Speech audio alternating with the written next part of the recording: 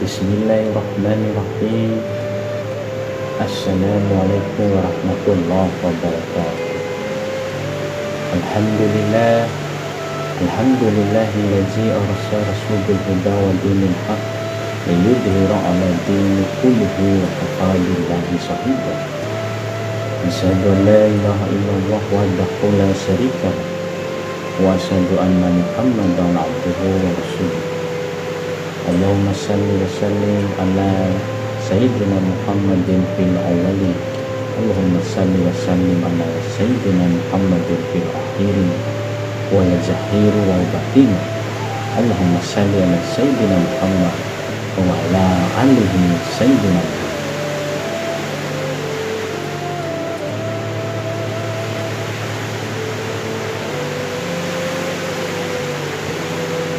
Assalamu alayka ya Rabbul Izzati wa Rabbul Alamin wa rahmatan lil alamin wa adam amirul mu'minin. Assalamualaikum warahmatullahi wabarakatuh.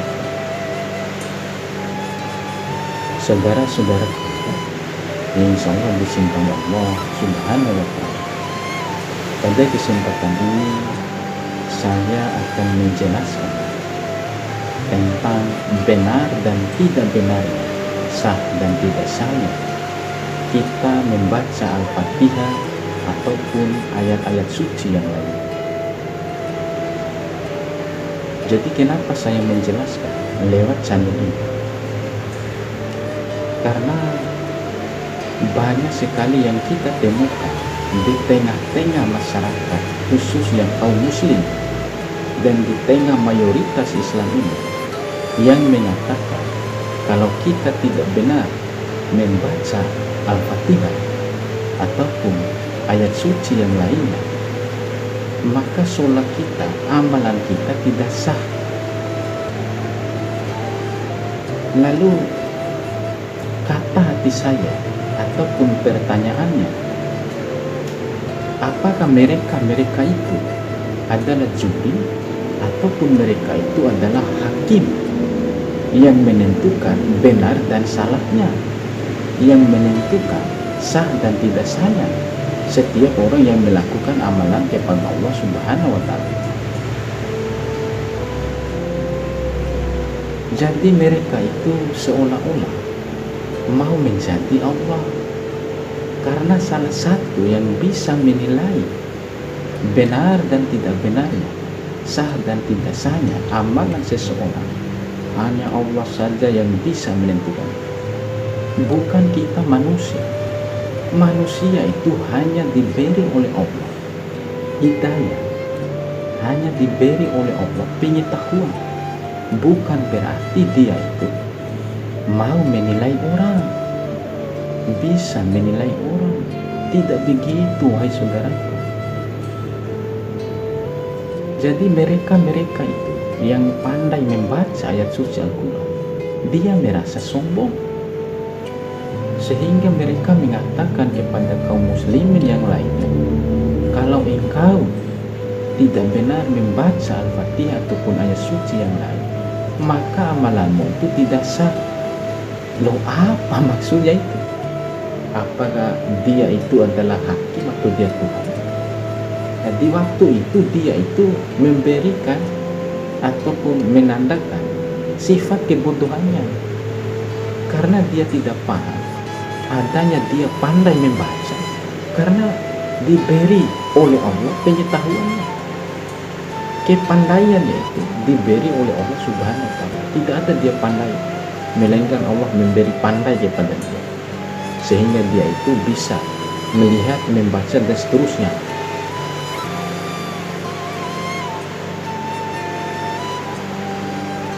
Jadi benar dan tidak benar, sah dan tidak salah, hanya Allah yang bisa menentukan, bukanlah manusia, wahai saudaraku. Allah telah menyatakan dalam firman-Nya, wallahu bikulli syai'in alim, sesungguhnya Allah Maha mengetahui segala sesuatu.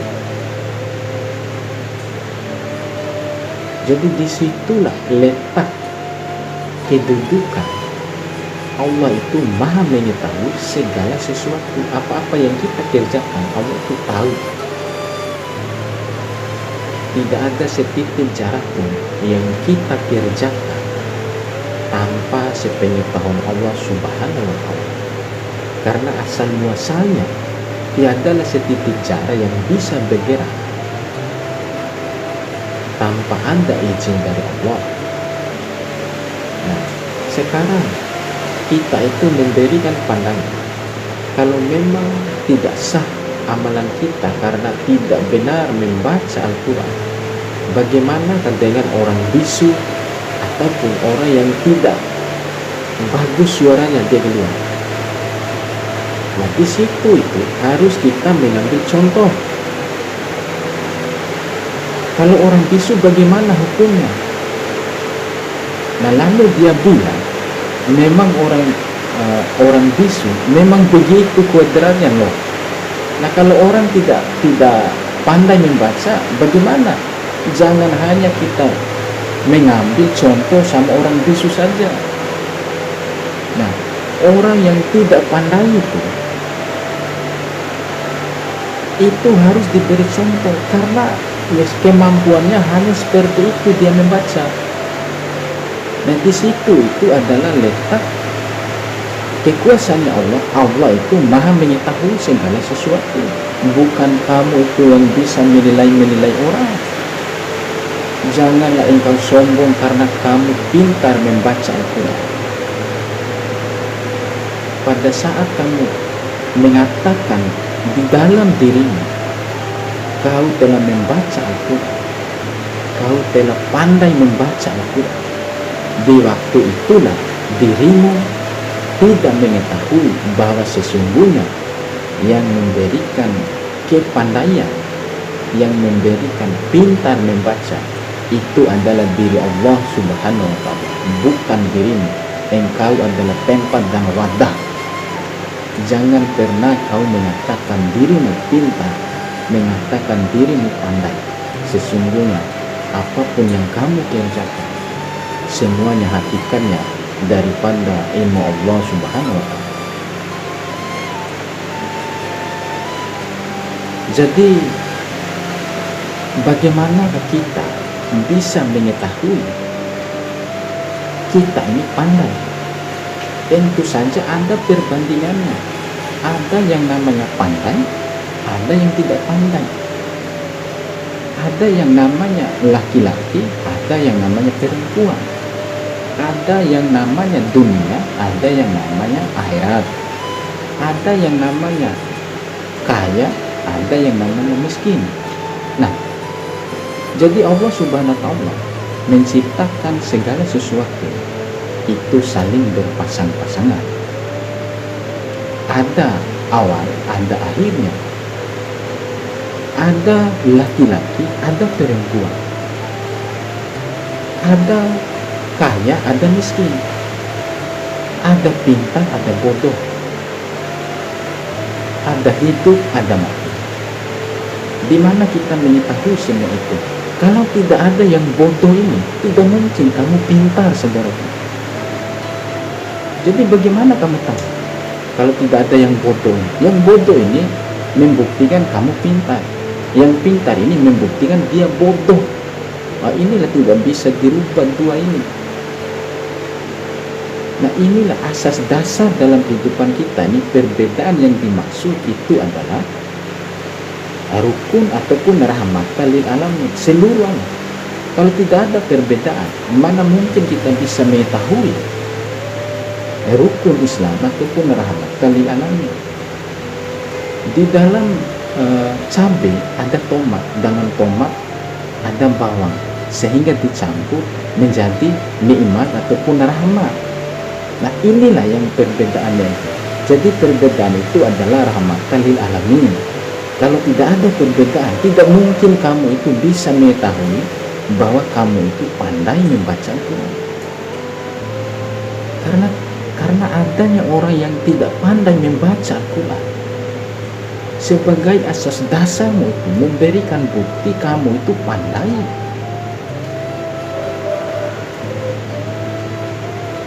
Jadi tangan kanan, tangan kiri, padahal sama ini.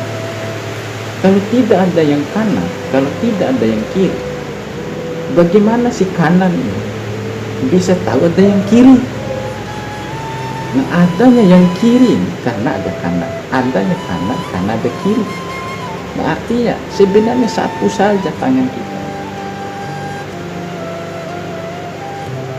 Jadi artinya adapun yang pintar dan tidak pintar itu adalah perbedaan. Bukan berarti kita itu bisa menilai orang. Bukan berarti kita itu menjustifikasi orang lain. Yang bisa menilai segala sesuatu hanya Allah Subhanahu wa Ta'ala. Jangan engkau menjadi hakim kemudian dihakimi nanti itu. Ingat, terserah sama kalian, terserah kepada saudara. Apakah engkau mau menjadi hakim, mau menjadi juri, apakah engkau mau menilai orang, silakan. Tetapi ingat, suatu saat nanti pasti kita kembali kepada Tuhan, pasti kita kembali kepada Allah Subhanahu wa Ta'ala. Apapun yang kita kerjakan, tanggung jawabnya itu harus dipertanggungjawabkan di hadapannya Allah Subhanahu wa Ta'ala. Lakukan apa yang kamu lakukan, kerjakan apa yang ingin kamu kerjakan, tetapi ingat wahai saudara, sesungguhnya engkau daripada Allah, kembali kepada Allah. Asal mulanya daripada zat Allah, sifat Allah semua, kembali kepada yang punya diri, yang punya semua indera-indera yang ada di diri kita. Kerjakan, silakan. Saya mengatakan, jangan engkau menjadi hakim kemudian dihakimi.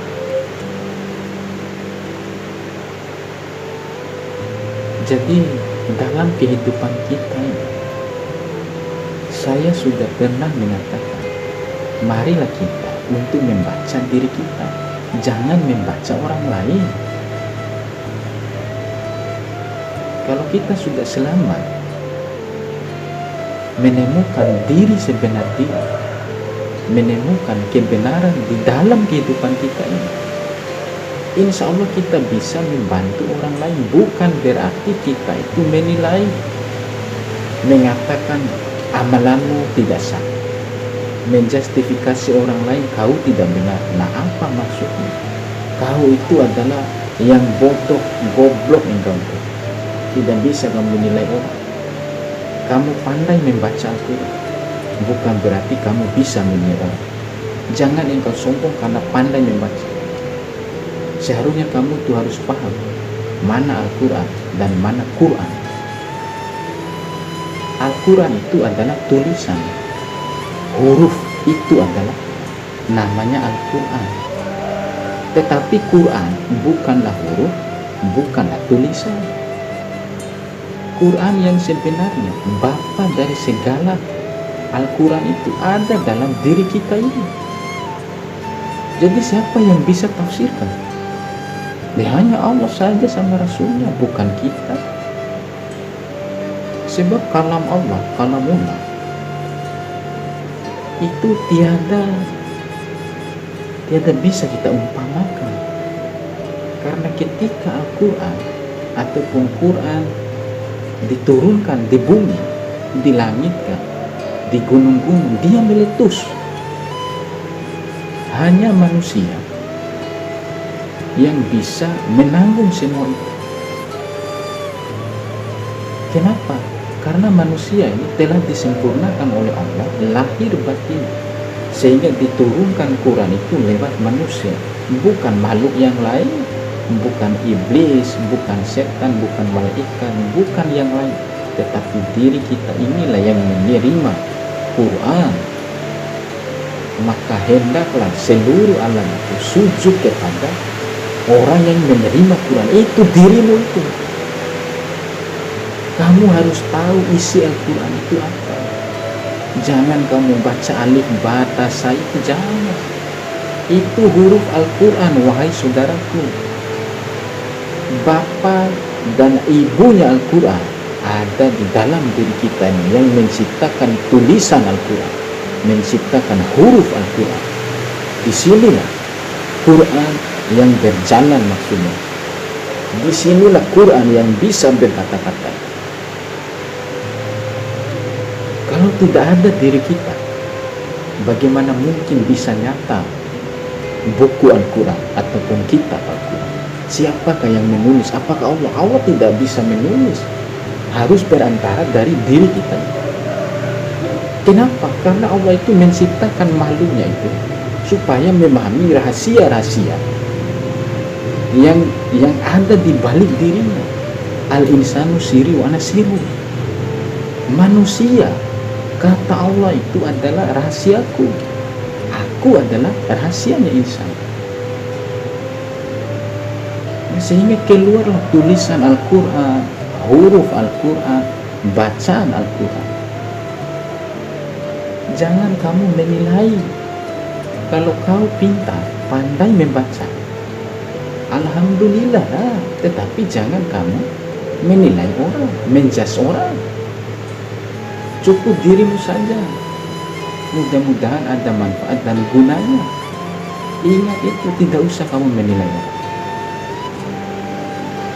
Mau pandai, mau mau kamu juara dunia akhirat, silakan saja. Tetapi janganlah engkau menilai orang, janganlah engkau menjustifikasi orang lain, karena jaminan bukan tendensinya kepada benar dan tidak benarnya kita membaca, tetapi tendensinya melainkan itu adalah panglima tertinggi dalam diri kita, ditetapkan oleh hati kita. Payung yang ada di dalam diri kita ini adalah di dalam hati kita. Rapatkan saf, luruskan saf. Artinya kita itu rapatkan kita punya niat, dan rapatkan dan luruskan kita punya niat. Rapatkan hatimu, luruskan hatimu vertikal kepada Allah, horizontal pada manusia. Itu maksudnya. Jangan engkau menilai orang, jangan engkau menjadi hakim kemudian dihakimi nanti. Lakukan apa yang kamu lakukan, berbuatlah apa yang ingin kamu berbuat. Ingat, kalau inna lillah wa inna ilaihi raji'un. Asal muasalmu dari Allah, kamu akan kembali kepada Allah dan nanti akan diminta pertanggungjawabannya. Karena kita tidak bisa intervensi hak prerogatif Allah. Contoh, apa yang terjadi besok tidak usah kita tahu. Itu Allah yang mengatur semuanya, tidak ada urusan kita. Kita jalani saja kehidupannya, kita sadar saja bahwa kita diatur oleh Allah Subhanahu wa ta'ala. Hasbunallah ni'mal wakil, ni'mal maula wa ni'man nasir. Cukup Allah Subhanahu wa ta'ala yang menjaga, melindungi diri kita itu, bukan orang lain. Barangkali sampai di sini saja dulu video singkat dari saya. Insya Allah mudah-mudahan ada manfaat dan gunanya bagi kita semua. Taqabbalallahu wa minkum, minna wa minkum, taqabbal wa karim. Assalamualaikum warahmatullahi wabarakatuh.